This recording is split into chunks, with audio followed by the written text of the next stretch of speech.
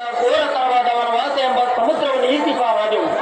ಒಂದು ವೇಳೆ ಅನಚಾರ ಪ್ರವರ್ತಕರಾಗಿ ಕೊಟ್ಟ ಬಾಧೆಯನ್ನು ತಪ್ಪಿ ಕೌರವರೊಡನೆ ಕಲಹ ಮಾಡಿದರೆ ಎಷ್ಟು ಅಪಕೀರ್ತಿಗೆ ಗುರಿಯಾಗುತ್ತಿದ್ದೆವು.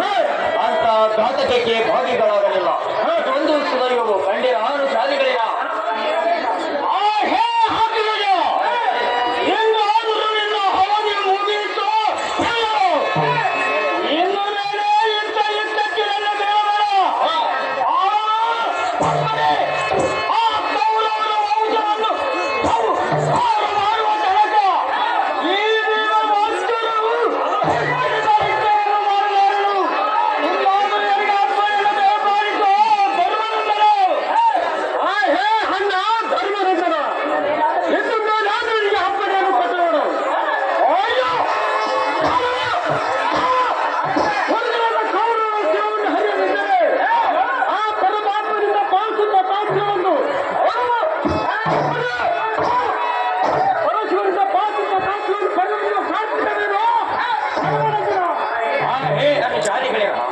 ನಾನು ಕೊಲ್ಲುವನು ನೀನು ಕೊಲ್ಲುವನು ಎಂಬುದು ಪರಮ ಮೂರ್ಖತನವು.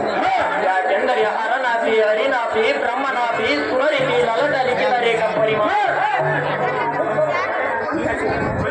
ಪ್ರತ್ಯೇಕತೆ ಅಂದರೆ ನಮ್ಮನ್ನು ಕರೆದ ಪರವನ್ನು ಹರಿ ಅನಾಲಿಕ ಅಡಿಕೆ